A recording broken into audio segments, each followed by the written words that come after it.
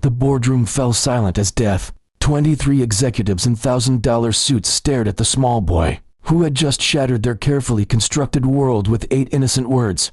Marcus Chen, CEO of Nexus Pharmaceuticals, felt his heart stop beating as he looked down at the child, whose father was frantically trying to pull him away from the conference table. "I'm so sorry, Mr. Chen," the janitor whispered, his calloused hands trembling as he reached for his 6-year-old son. "Tommy, we need to go, now." But Tommy Rodriguez wasn't moving. His dark eyes, bright with the kind of hope that only children possess, remained fixed on the woman in the wheelchair at the far end of the polished mahogany table. Sarah Chen, Marcus's daughter, sat frozen in her custom wheelchair, her own eyes wide with surprise at the unexpected interruption to her father's board meeting. "My dad can make her walk again," Tommy repeated, his voice carrying the absolute certainty that comes from a child's unwavering faith in their parent. "He fixes everything." The irony wasn't lost on Marcus. Here he was, surrounded by the world's leading pharmaceutical minds, having just concluded a 2-hour meeting about discontinuing their spinal cord research program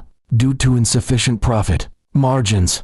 And a janitor's son was claiming his father could accomplish what billions of dollars in research hadn't. Marcus had built his empire on cold, hard facts, numbers, data, profit margins. He'd learned long ago that emotion was the enemy of good business decisions. But as he watched the small boy's face light up with pure, innocent conviction, something deep inside his chest began to crack. "Tommy, please," his father pleaded, tugging gently at the boy's arm. "We're not supposed to be here." The janitor, whose name tag read Luis Rodriguez, had been cleaning Nexus Pharmaceuticals' executive floor for 3 years. Marcus had barely noticed him, just another face in the army of invisible workers who kept his billion-dollar company running. But now, seeing the man's obvious distress and the way he protectively positioned himself between his son and the board members, Marcus found himself truly seeing Luis for the first time.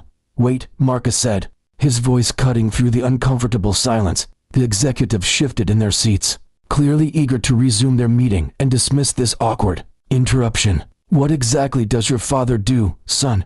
Tommy's face brightened immediately. "He's a doctor." "Well, he used to be a doctor, now he cleans. But he still helps people. He helped Mrs. Martinez next door when she couldn't move her legs after her accident. And he helped Mr. Thompson when his back was hurt real bad." Luce's face flushed with embarrassment. "Tommy, I'm not a doctor anymore. You are to a doctor." Tommy interrupted with the fierce loyalty only a child can muster. "You went to school for a really long time. And you have all those big books. And you help people feel better." The revelation hit Marcus like a physical blow. The man who had been invisibly cleaning around him for years was a doctor working as a janitor. The implications began cascading through his mind, each one more troubling than the last. "Luis," Marcus said quietly, "could I speak with you privately?"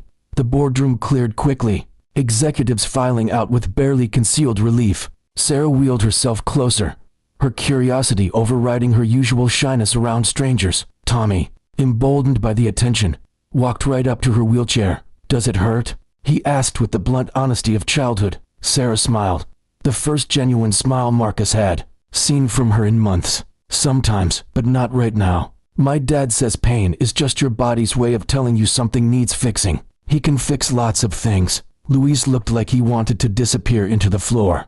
"Mr. Chen, I'm truly sorry for the interruption. Tommy doesn't understand. Where did you practice medicine?" Marcus interrupted gently. The question hung in the air like a challenge. Luce's shoulders sagged as years of suppressed pride and buried dreams seemed to weigh him down. "Guatemala," he said finally. "I was a neurologist, specialized in spinal cord injuries and rehabilitation." He laughed bitterly. 12 years of practice, hundreds of patients. But my credentials don't transfer here, and I couldn't afford to go back to medical school, so I clean offices and try to forget. The silence that followed was deafening. Marcus felt the weight of his own assumptions, his own blindness, settling on his shoulders like a heavy coat. How many times had he walked past this man? How many times had he discussed the very problems Luis was an expert in while the man emptied his trash can? "The woman next door," Marcus said slowly. "Mrs. Martinez. What was wrong with her?" Luis hesitated, then seemed to make a decision. "Incomplete spinal cord injury, T1 to vertebrae. She was told she'd never walk again. But I could see from her symptoms that there was still some neural pathway function.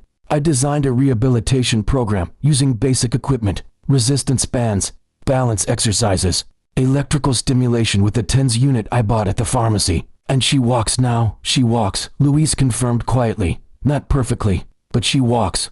Her doctors were surprised. Tommy beamed with pride.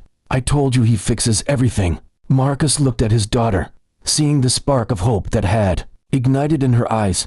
Sarah had been paralyzed for 2 years following a riding accident. They'd consulted every specialist, tried every treatment, spent millions on experimental therapies.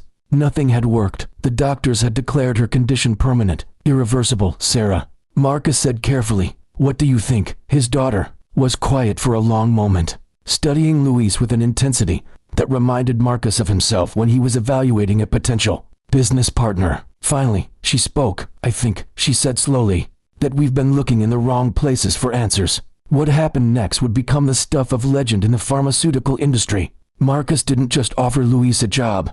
He offered him a partnership. Within 6 months, Louise had his medical license restored through an accelerated program that Marcus personally funded. Within a year, he was heading up a new division at Nexus Pharmaceuticals focused on practical, accessible rehabilitation techniques. But the real miracle wasn't in the boardrooms or research labs. It was in the small, daily victories that followed. Sarah's first tentative steps 6 months later, supported by a revolutionary exoskeleton that Louise had designed using principles he'd learned from working with limited resources.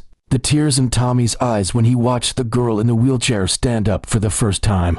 The quiet pride in Luce's face as he watched his son realize that sometimes the biggest heroes are the ones who never stopped believing in themselves.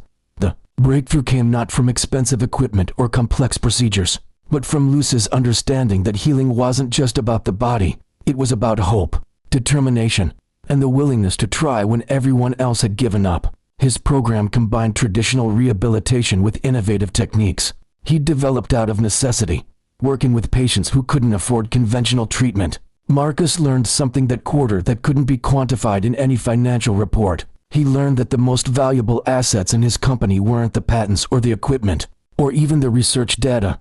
They were the people, all the people. From the executives in corner offices to the janitors in the hallways, every person had a story, a skill, a perspective that could change everything if someone just took the time to listen.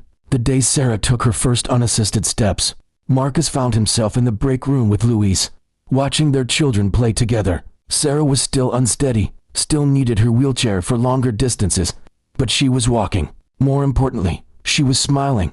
I owe you an apology, Marcus said quietly. For 3 years, I walked past you every day and never saw you. I saw a janitor, not a doctor. I saw a service, not a person. Louise shook his head. You gave me a chance when you didn't have to. That's more than most people would do. No, Marcus insisted.